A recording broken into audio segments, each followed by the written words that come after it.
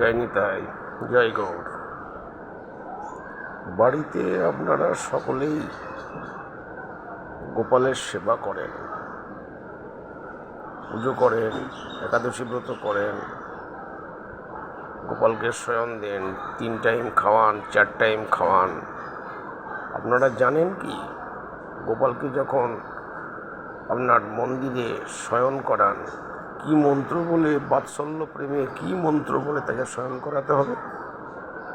মন্ত্রটি জেনে নিন।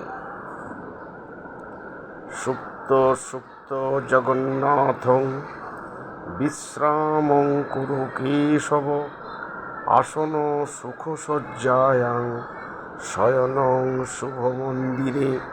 এই মন্ত্র বলে গোপালের গা স্পর্শ করে, গোবিন্দের শরীর স্পর্শ করে গোবিন্দকে শয়ন করাবেন।